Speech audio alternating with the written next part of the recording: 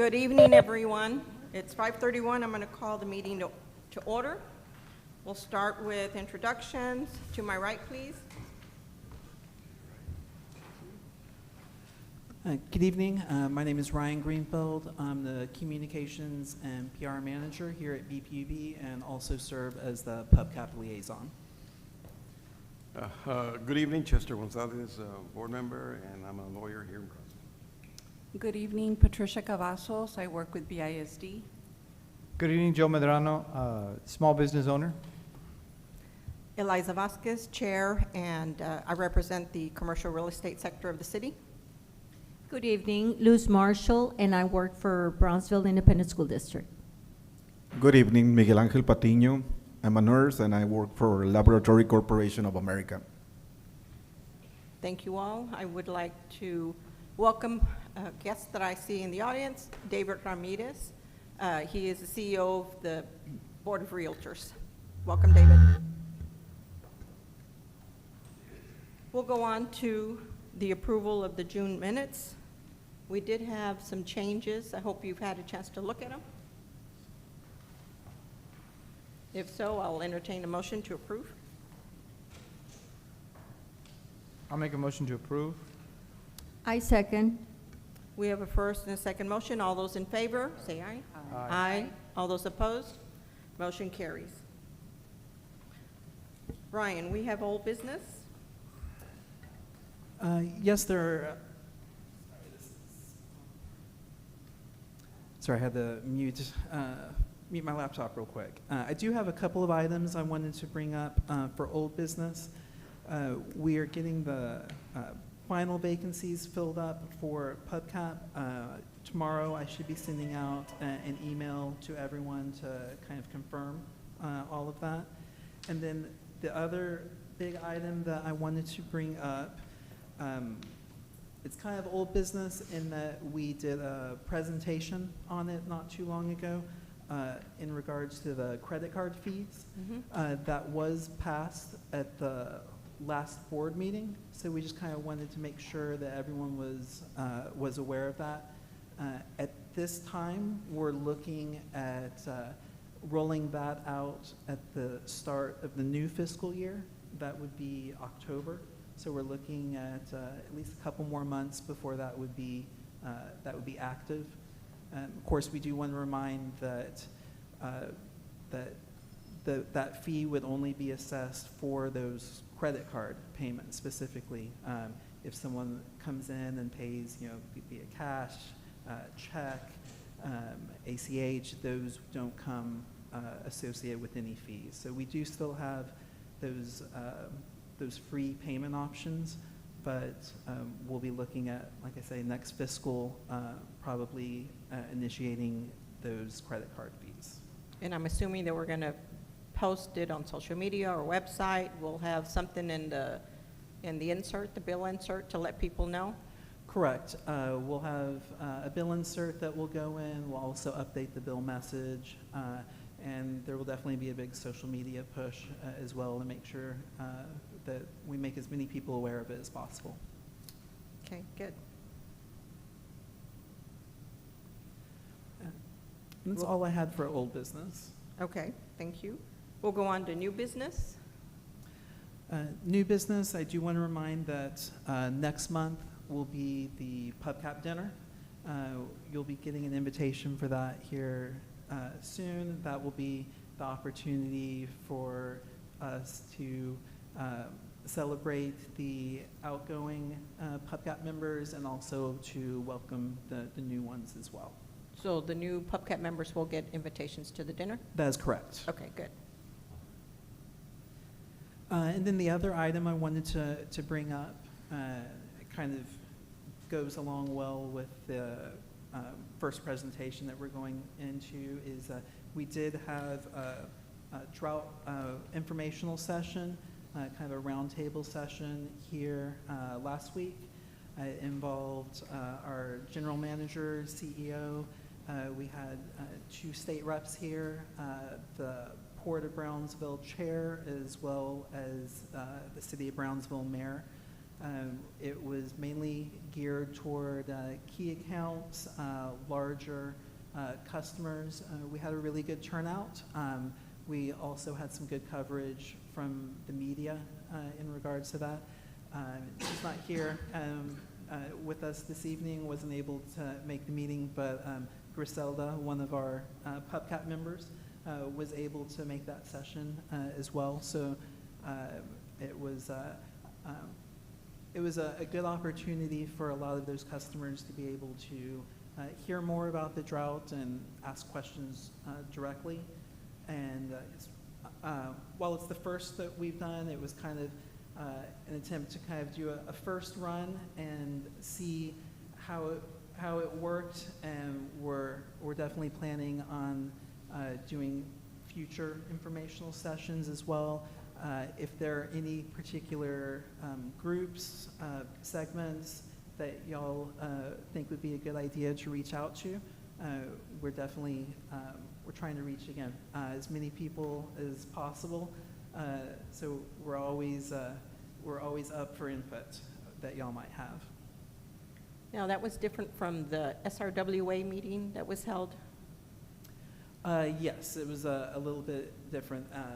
Two different meetings? Correct. Okay, just, all right. And Ryan, you said Griselda was here representing Pubcap. She was, I think, more here because she also is one of the works at one of our key accounts. So that leads me to my next question. Are those meetings, those informational meetings, something that we could be invited to, depending upon our availability to be, fly on the wall to?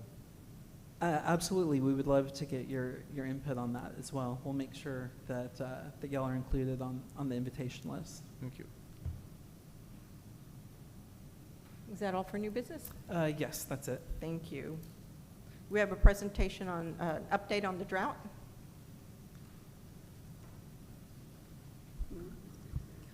Good evening, Chairwoman, Pubcap members.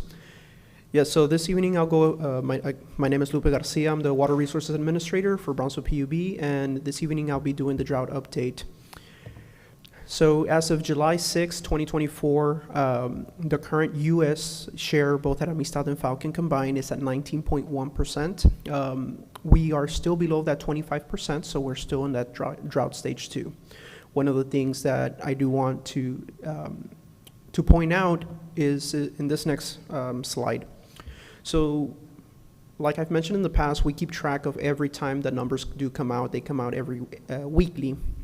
So on the far left, you can see how the last weeks have been doing. So we ended the month of June at 19.0%. Throughout the month of July, or throughout the month of June through July, we went from 19.0 all the way down to 18.2. And then we went back up to 19.1. So we took a little dip, but overall we plateaued from month to month, right, from the beginning of June through beginning of July. So this is having to do with some minor rains that we did receive over at the Falcon reservoirs. There was some minor inflow having to do with one of the tropical storms that did reach the Monterrey area and were able to drop a little bit of rain over the reservoirs. So we just plateaued. If not, we would have been, pretty low. We would have been at that 18.2%. So we're still not out of the sites having to do with the drought. And I really want to remind everybody, we've gotten rain in Brownsville here in the valley, but we have not gotten rain at the reservoirs, right? So we are still in the drought. And that message is something that we will continue relaying to everybody. And one of the things that the National Weather Service did point out is having to do with the summer months is that we're not expecting any inflows from the Mexican reservoirs that do serve the Lower Rio Grande watershed. The other thing is that combined share of water in Amistad and Falcon is more likely to remain below that 25% through July and as we go into the summer. Another thing is water crisis is already unfolding in agriculture. one of the things with the agriculture is the sugar mill closed down here in Texas. Now, a lot of farmers having to do with no water rights or no water available for them are seeing the impacts of this.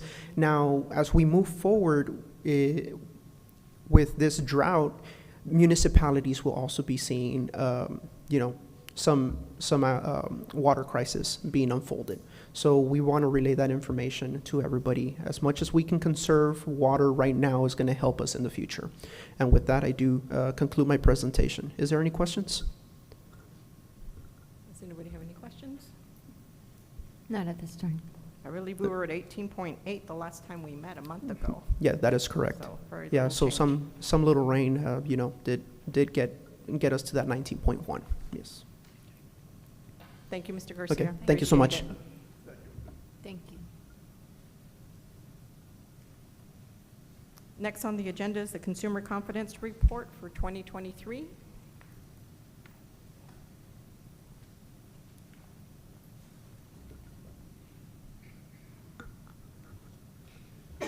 Good afternoon, board members, PB family. My name is Jose Lechuga. I'm with the Environmental Division, and I'm going to be presenting the Consumer Confidence Report. And within this presentation, we're going to review very briefly the background of the report, the 2023 CCR report itself, and we're going to provide a brief summary of our compliance status for the CCR. So, what is the Consumer Confidence Report? The CCR, which is also called the Annual Drinking Water Quality Report, is pretty much a summary of all the information about the local drinking water. This information include the source of water. Like in our case, we have two surface water treatment plants, which is Water Plant 1, Water Plant 2, and its source is the Rio Grande River. We also have one groundwater treatment plant, which is the Salmos Regional, and its source is it's a 20 well field located on the west side of the Rancho Viejo area. We also have to include monitoring results for all the detected contaminants in our report.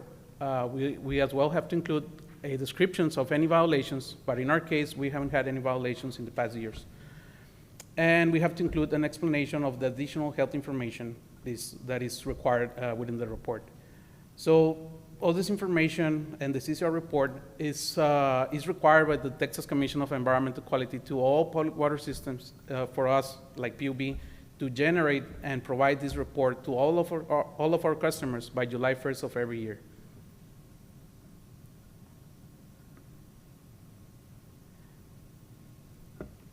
And in addition to the information that I just mentioned, we also have to include our contact information, which you will find it throughout the document, throughout the CCR document. We also have to include a Spanish statement where we inform our customers that the document as well as assistance in Spanish is available. And we also have to include a section for the public participation opportunities, which is pretty much the information about today's meeting, like the day, the location, and the time. And this is the actual report. Of course, when you receive it in your mail, the document is folded. But in this case, we have page 1 and page 4. And on page 1, what we have is a message, the message from PUB to our customers, where we share our commitment to provide safe and high-quality drinking water. And at the bottom of this first page, we have the Spanish statement, where it says that this report includes important information about the drinking water, and that we can provide assistance in Spanish. They just have to contact us, of course. And then on the right side, we have the sections about the public opportunities, which is, once again, the information about today's meeting, the date, time, and location. So this is page 1, and this is 4, so I'm going to go to page 2 and 3, and then I'll go back to page 4. So on page 2 at the top, what we have is the additional health information. Like in this case, it's the information about the, let me go really quick over here. It's information about the possible contaminants that we may encounter in our drinking water. Of course, if you have any questions, you can contact the EPA's hotline, or as well you can contact our analytical lab. Then we have a second message, which is a special notice for our senior citizens, our infants, and for patients with cancer and any other person with a compromised immune system. Then on the following sections, we have the source water information, like once again about the surface water and the groundwater sources that we have. Then we have additional information about the tables, like in this case, we are indicating that in addition to all the results that you will find in the tables, we also, PUB and Southern Region, we also tested for additional 141 contaminants, such as mercury and silver, and those were not detected. Those 141 were not detected in our drinking water. Then we have the first table at the bottom of page 2, which is the lead and copper rule monitoring requirement. And in this case, we can note, we can tell that we tested for lead and copper at 50 locations, and none of those 50 locations violated or exceeded the action level. And the action level pretty much is the same as the limit. So then we have on page 3 at the top, we have some definitions and descriptions about some of the acronyms that we will find in the report, and for some of the units as well. Like in this case, we have MCL at the top, and it says that's the maximum contaminant level. We have MCOG, which is the maximum contaminant level goal. For a unit, we have NTUs, which is a turbidity unit. And then we continue with our tables, which is, once again, is all the analytical data that our drinking water was tested for. So we have the microbiological tables, radioactive tables, inorganic contaminants tables, and so on and so on. And what I can tell you from all this analytical data, that it was reported to the state, all the reported values were in compliance with the state and federal limitations, regulations. And this is only for PUB. This only pertains for PUB. If I go back to page 4, this is the analytical data and information for our Southmost Regional Water Plant.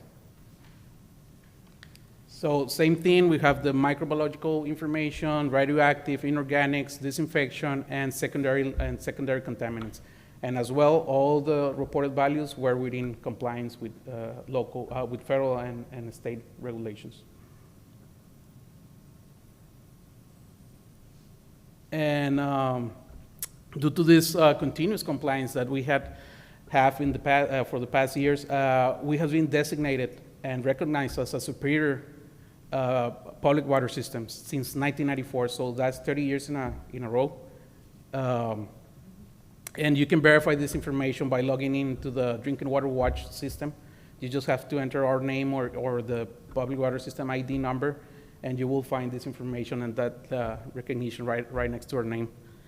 And adding to this recognition, what it means that BPB is exceeding the standards for operating a water system. Such standard includes protecting the public health, like we have our boil water notices protocols, and we use social platforms, media, to notify our customers, as well as the newspapers, etc. We have a very strong, reliable operation and water supply system. We have a very strong capacity requirement for production, very solid total storage capacity, very good service pump capacity, and our pressure maintenance in the distribution system is outstanding as well. And our overall compliance, which includes, like in this case, our bacteriological record shows that for the past 24 months, 2 years, we haven't had any violation. Jose, how often do you test the sample of the water to compile your annual report to TCEQ? Like each parameter has its own schedule, frequency. And actually, I would like to mention that we don't do the sampling and nor the analysis of the data. The TCQs send a contracted lab for them to do the collection and the analysis. So we don't have any way to manipulate this data. Deficiency, how do we cure the deficiency? We get immediately notified when they find a violation, an exceedance, or something getting close to a limit. They notify us immediately, and we take immediate action to correct it. But the actions taken by the local PUB Yes. facility, not by the state of Texas. Exactly. They notify us. They send us a notification. And once again, each I guess the group has its own frequency. And but as soon as they collect the samples, I guess within a week or two, you can log into the Drinking Water Watch and you will see the information is already there. And that's pretty much it. I don't know if you have any other other questions? questions, comments? We appreciate all your hard work, Mr. Lechuga. Yes. I did just want to point out that, that while this does meet the minimum standards for the state, we do also complete a completely Spanish language version, and we are working on completing that right now, and it should be completed and posted by next month. Wonderful. Nice. Thank you. Yeah, Thank you. Congratulations. Thank to, you. Next on the agenda is the high-efficiency toilet rebate, which I did see on the website. Yay. Good evening, Madam Chair and members of our Pubcap Committee. My name is Mirta Vasquez, and I'm the Energy Efficiency and Conservation Coordinator. And this evening, I will be presenting the Toilet Rebate Summer Promotion. Whoops.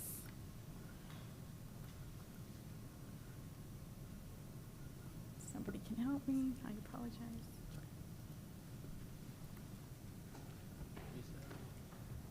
Okay. Thank you. Using water efficiently is extremely important, but even more critical during a drought, which is why every drop counts. As a department, we were looking at ways to be able to save customers with their water demands. So we're taking a look at bathrooms. Bathrooms are the largest use of water in the home, using 50% of all indoor water. Toilets account for 30% of the average home's indoor consumption. So replacing an inefficient toilet can save 13,000 gallons on an average home a year. If you replace it with a water-sense toilet, we provided some examples of the cost of the toilet replacement, as low as $94. So we came up with a toilet summer rebate promotion. We currently have an existing rebate that offers $50 for the replacement of the toilet. The summer promotion doubles the incentive. This promotion started May 24th through August and is running through August the 31st. And this is some of the marketing material and information that you'll find on our website and as well as social media. This offers a window of opportunity for our customers to be able to replace an inefficient toilet, and we ask for your help to share with your family and friends and let them know that this is available.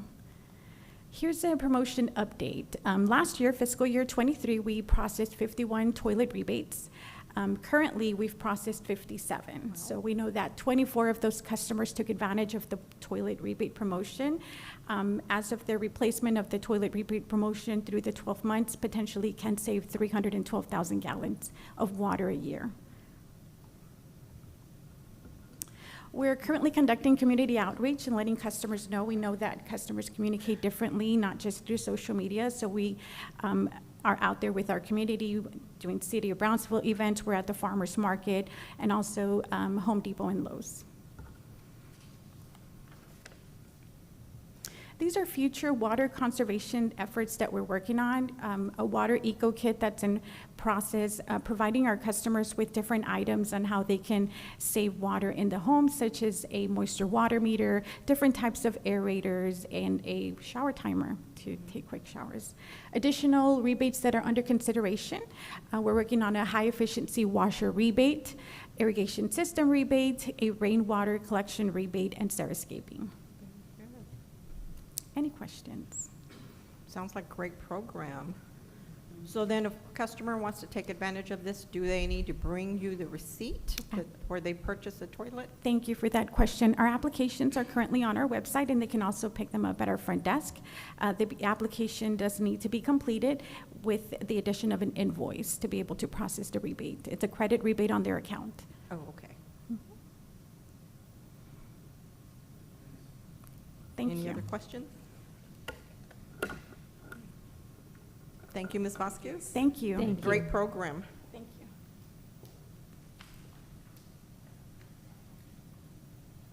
you. Okay, next on the agenda is the Integrated Resource Plan update. Good evening.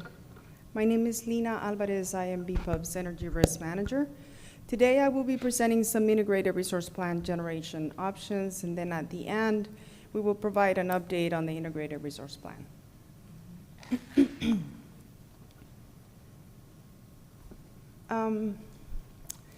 In the past couple of months, the Pubcap members have been briefed on the IRP planning flow. At this time, BPUB resource planning process includes economic analyses of candidate resources.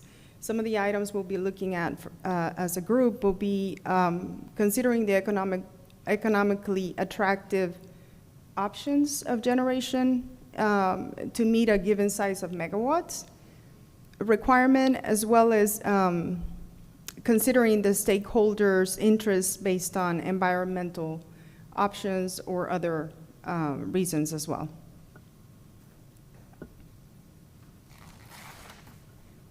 This is making a lot of noise. Okay.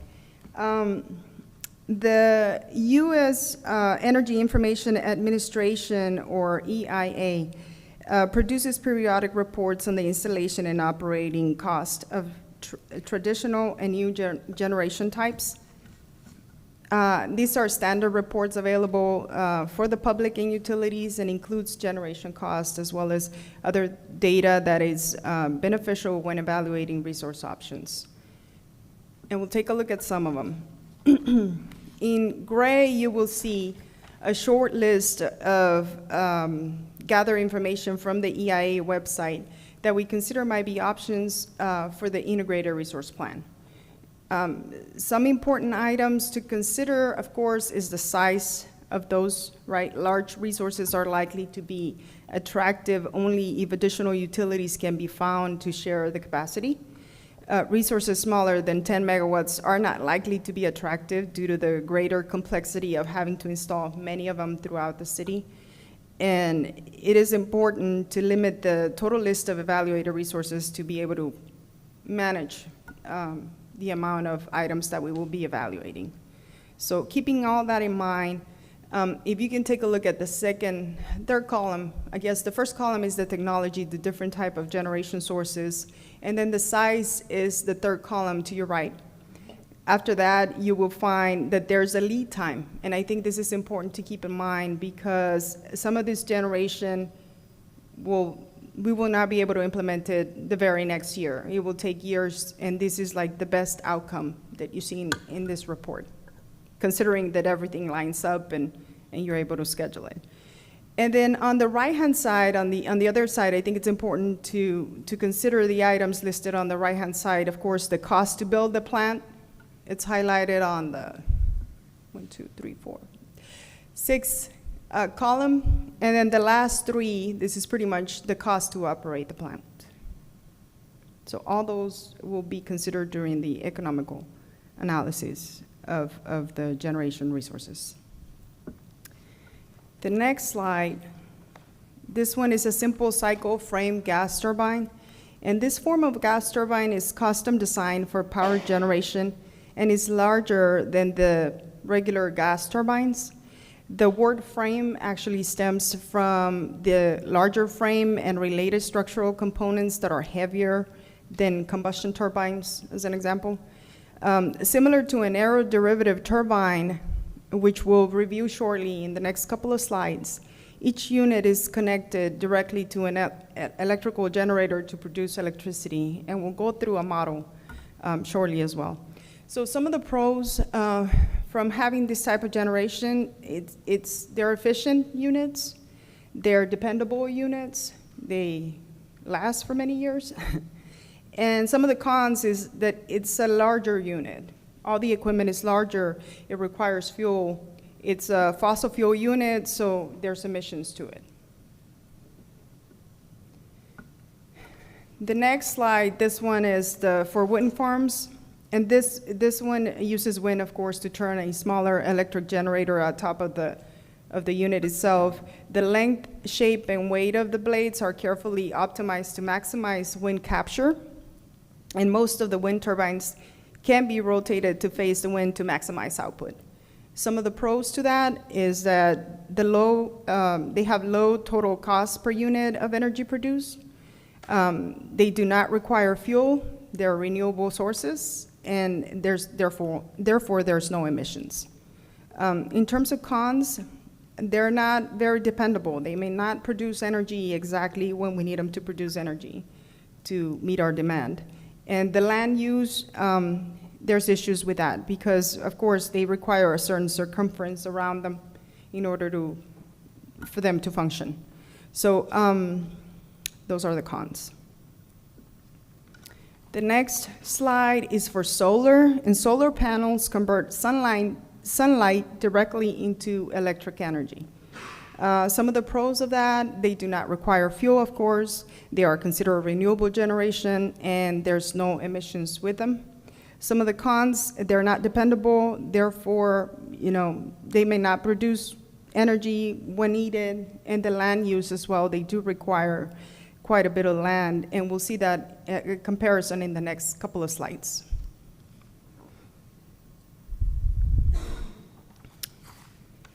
The next slide is the battery storage, and these ones are large-scale batteries, can be installed in either standalone basis or adjacent to generators. Energy from the grid and or nearby generation is used to charge these batteries, and then when extra power is needed, the batteries are discharged into the grid.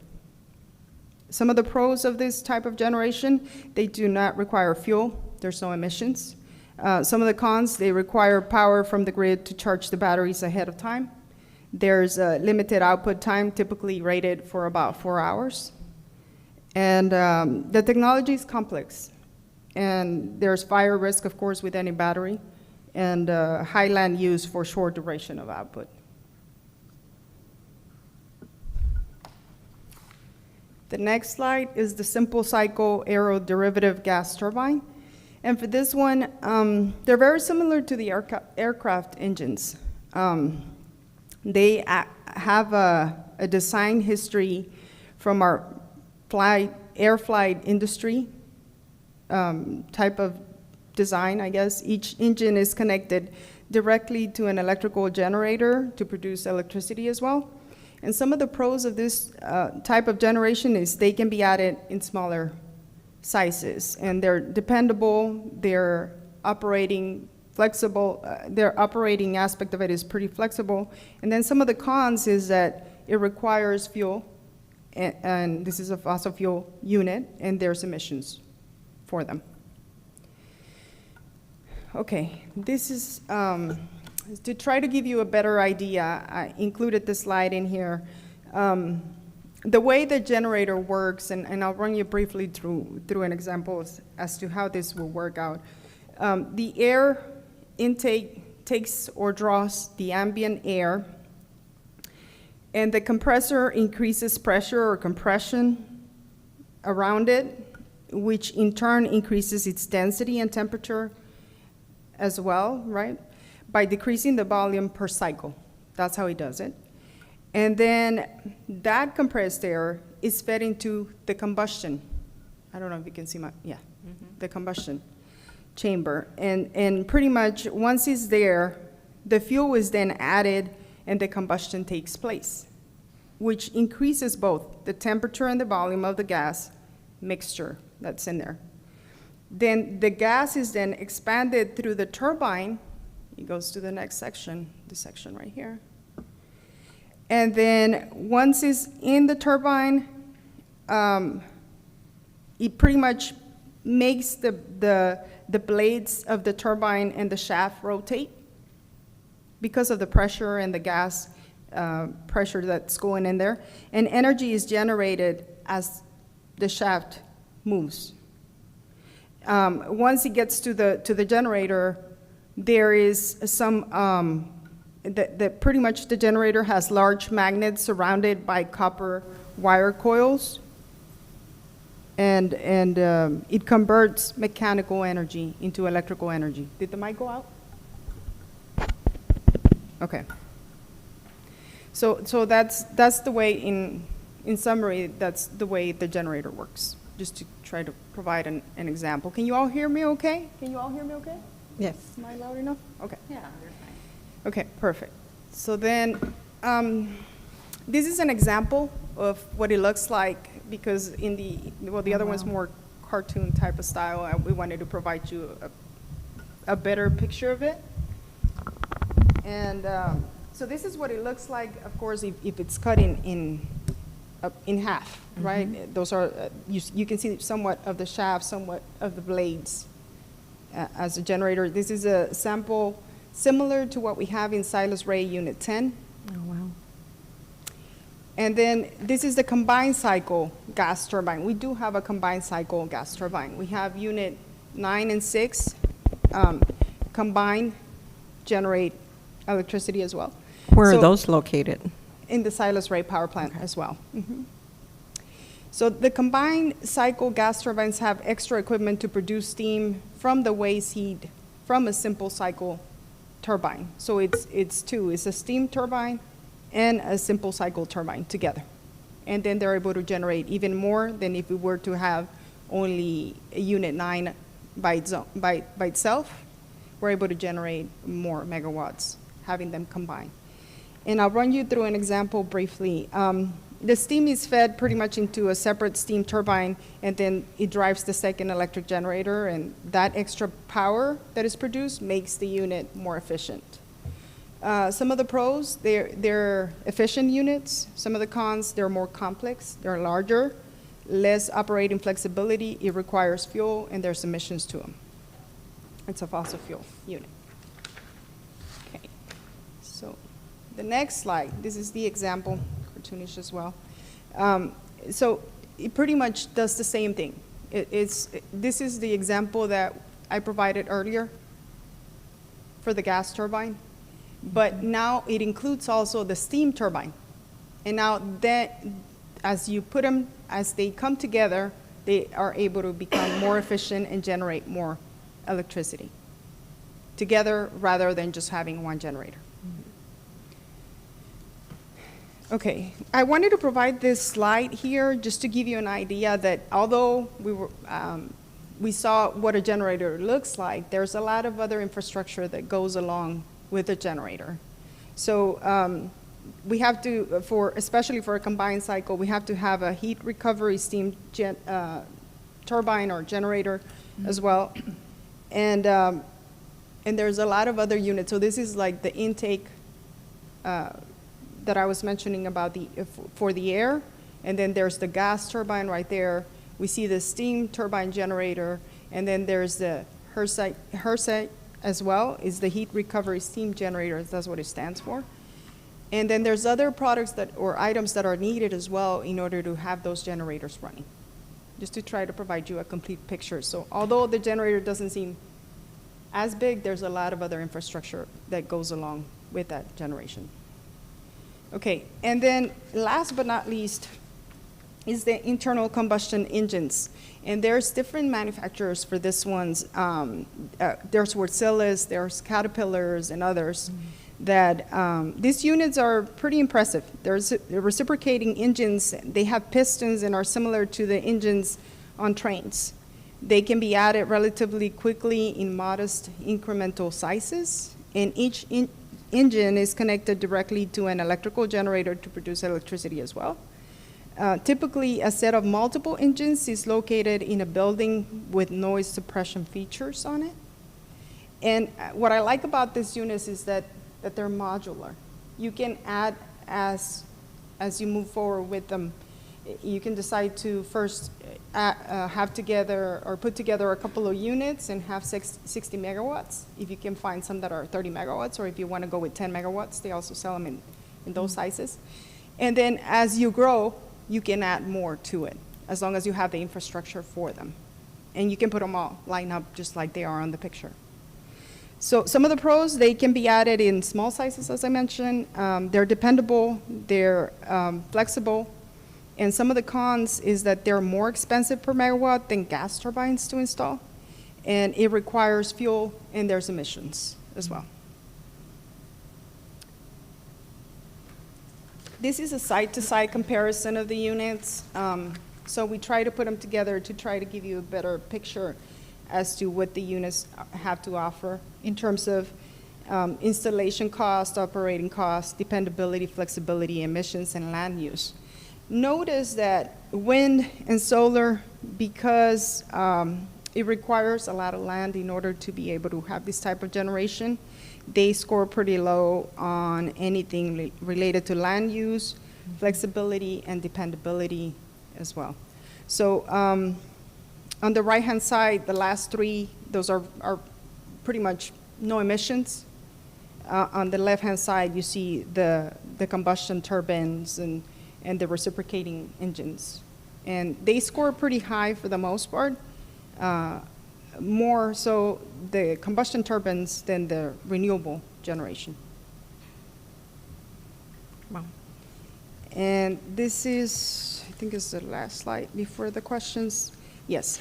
So in terms of land requirements, I think it's important to consider too, once we're doing the evaluation of the different generation resources, is to take a look at the amount of acres that it takes to build some of this generation. And we wanted to give you a picture of that. Pretty much for a turbine, regular 200 megawatt gas turbine, combustion turbine, it might take about 5 to 10 acres, give and take. But when you're looking at something like the same amount of megawatts, we're looking at 200 megawatts utility scale solar, that will be 2,000 acres. Wow. So that multiplies exponentially. And when you're looking at community solar, because we can also do community solar throughout the city, but now we're talking about 3,000 acres for multiple sites throughout the city. Right. So something to keep in mind as a group as well. For this presentation, that's all I have. Do you all have any questions? Yes, sir. With all the alternatives generate energy, has PUB looked into what happened in Houston last week as to the hurricane coming in, Category 1, and knocks out everything? Yeah. Have you had any info on that as to what happened to their product and the services that they supply to their consumers? I have not had a chance to take a look at the lessons learned from this incident. For sure, what I can, I guess, share with the group is that in terms of us as a group, BPUB or Bronzeville PUB, we prepare quite a bit for this kind of incidents. We had drills.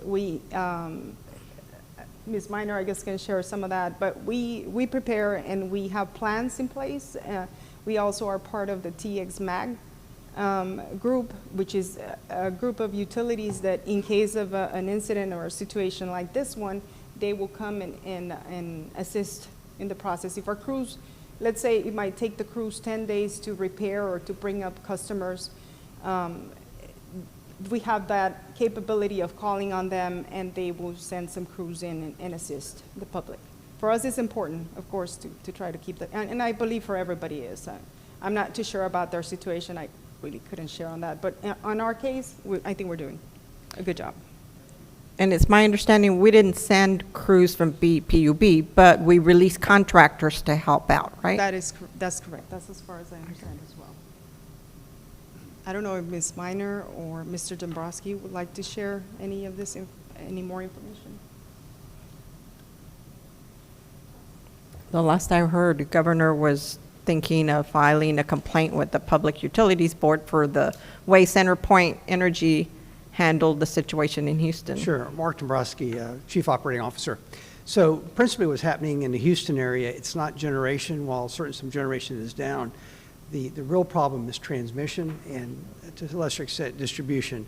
And so they lost a number of transmission towers. So that's the ability to import power from generation in other sites, and local distribution, so it's trees toppling and knocking down the utility poles.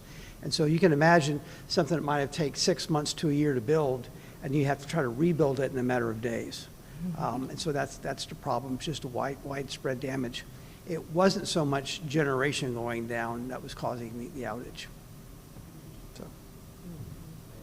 Thank you. Thank you. Thank you. Any other questions for Ms. Alvarez? Thank you. You're going to provide a schedule with us at some Yes. point? Oh, there it is. Just one more slide.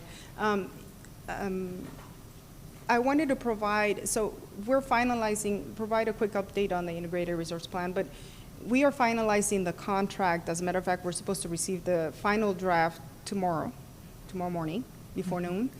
But I wanted to provide the dates, particularly because you guys will be playing a big role during the workshops, and we wanted to hopefully have everybody available, or as many as can be available during the workshops. So those are the dates, and I'm sure you'll have a copy of the presentation. But if you can either make yourself available, or if you prefer for us to move some of those dates, we do have flexibility with the consultant to move some of those dates, whatever works best with you all. But I wanted to make sure that you will have the updated schedule, and then consider some of those dates.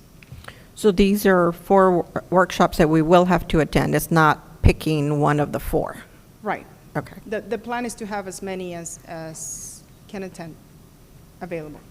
Ryan, can you participation. email those to us, or is it already, do we already have it? No, y'all don't have it Okay. yet, but I So can you definitely. email it to us? Yes, Okay, yeah. that's perfect. I'll- Just an extra reminder. Yes, Okay. I'll keep y'all on the loop. Thank you. Yeah, you always do. Okay. Thank you.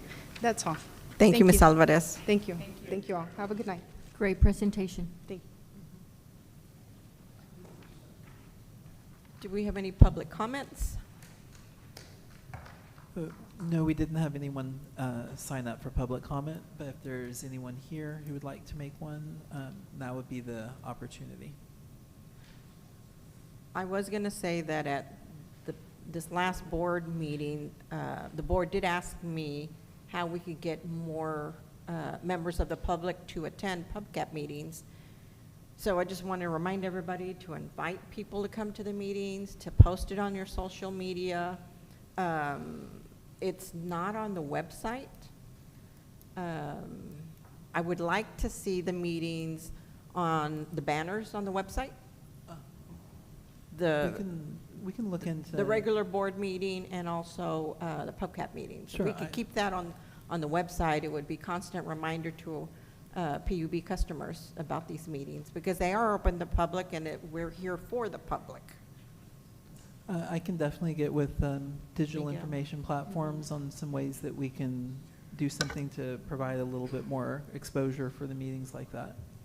Okay. And what Eliza said, it's a good idea to spread it on our social media. I know Mr. Medrano posted it on his Facebook, inviting people to come, just so we can have more awareness, and you know, we are here for the people. So yeah, that would be a great idea. Absolutely. I have a question. It's kind of a general question, but it's regarding strategic planning. And so I don't want to, prolong a long conversation about that, but the strategic planning that is in place, how often is that maybe looked at and updated? I mean, if there's a 20-year strategic plan, obviously it's not every 20 years it's looked at. There's some increments of when that happens. And then I'm really asking the question based on this announcement from SpaceX yesterday, or at least on the social media platforms. It says that they're going to move their facilities down here to Brownsville. And so I know that it's hard for any entity to be proactive in that, well, we're going to build these things out here, and then people are just going to move out to this areas of town or that areas of town.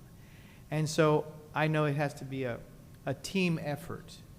But I also know that the city of Brownsville has annexed a lot of area over time. And so there's still, there's the connectivity in the areas that have been annexed, and then there's new areas. And so how are those plans coordinated? How is that are they looked at every 2 years, every 3 years? Does the growth, does BPUB look at quadrants where growth is or potential growth might be? And then when there is new growth with new development and new money for infrastructure, for new infrastructure, what happens to the existing infrastructure what happens to the customers that are now in that loop because the city has annexed those properties, and yet they have not been connected, and the new developments are connected. So where is the happy medium with all of that? Sure, that's, I mean, that's a loaded question. sure, I'll try to give a very brief. That's a That's a, I thought I'd end the meeting that way. I can tell you, so briefly, so we do long-range planning, and so that has in it certain assumptions about where development will be, where it's going to occur in the future, what investments we need to make, and that's a high-level plan. We do, on a regular basis and an as-need basis, do smaller localized planning for areas. So normally if, and it's different for electric as it is for water and wastewater, our service territories are different. But our big strategic plan is done every 5 years, of which we're about to start off a new cycle. And feeding into that are a number of other plans, the Integrated Resources Plan. So it's really a 30-year plan, but we update it every 5 years because things change. We do a water and wastewater master plan that we do periodically. We're in the throes of updating it. All of that will get fed into the master plan. As far as what we do for specific developments, if it's water or wastewater, I have a resident expert here that can answer a specific question if we had on that.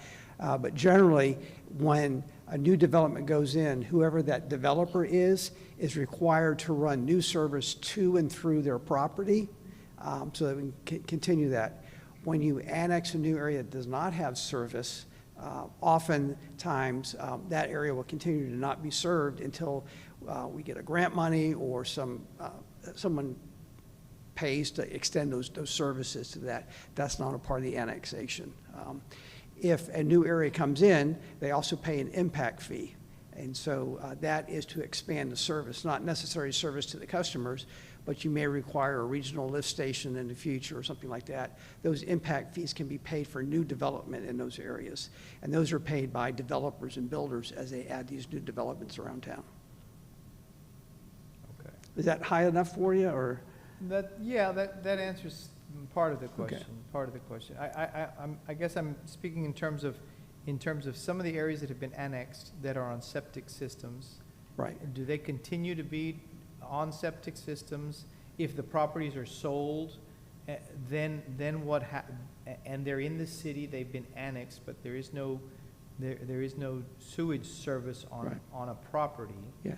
But the property gets sold, and now they have to go to the city to get whatever, Right, so things happen in our there. service policies, if a customer requests service, they're required to connect to the existing infrastructure. And so you can imagine if you're one of the old colonias and you're trying to connect and you're quite a distance from the infrastructure, it's quite expensive for a customer. So individually, those customers usually stay on septic because they don't want to pay $30,000, $40,000, $100,000 to connect, right? We do have one area recently that we got a grant awarded from Cameron County that will help us extend service to the area. Those are rare examples of how we connect it. You can also get a group of customers, I don't know if this has ever happened, that will come in and pay and team to pay for that service. But we can't ask all our existing customers to extend infrastructure to connect a handful of customers. It would be uneconomic for us. And that's unfortunately the situation that we don't have the funds to extend those lines out to the customers. Understood. But as we do extend lines, that creates opportunities for other customers to connect that are in the areas. And if someone pays for connection, they can reach an agreement with us that says if any other customer connects within so many years, that then they get a payment from those new customers connecting because they paid the initial capital to get it extended. So it's sort of unique situations that we handle that way.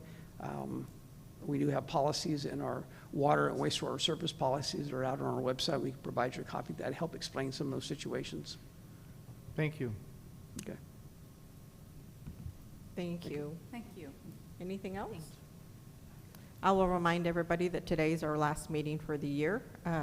We'll be at a dinner next month, and then September is the first meeting of the new year. with the new Pubcap members. So I just want to extend a gratitude to each one of you for your participation and to all of you for being here every month like clockwork. And I know you've heard these presentations several times, but we appreciate you being here and answering our questions. I'll entertain a motion to conclude our meeting. Second? We have a first and a second. All those in favor? Aye. Meeting adjourned at 6:26. Thank you, everybody. Have a good evening. Thank you.